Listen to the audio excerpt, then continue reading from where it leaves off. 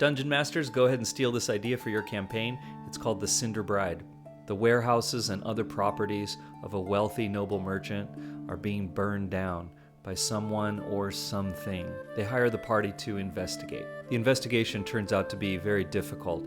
There are no witnesses, no people running away from the scene of the crime. It seems like these buildings are just spontaneously combusting. When the investigation comes up with nothing, the merchant will ask them to stake out one of the warehouses with some particularly valuable goods. And in the middle of the night, sure enough, a fire does start. It comes out of nowhere, and they hear a strange screaming noise along with the fire. And the screams sound like someone's name.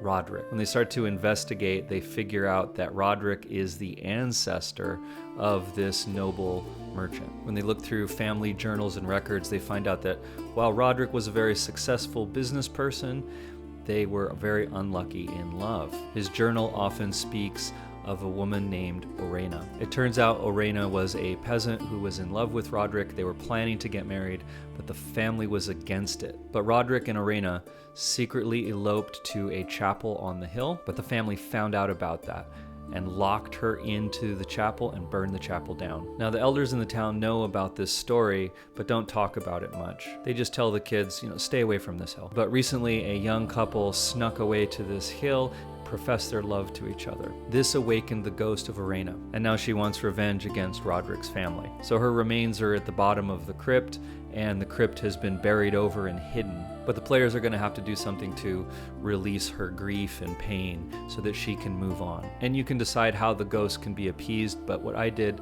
was have the young couple go to the crypt and profess their love again in front of the ghost, and the purity of that love is what allowed the ghost to release her anger and move on. So this was a fun story with a romantic twist, so give it a try, and I hope you have fun with it.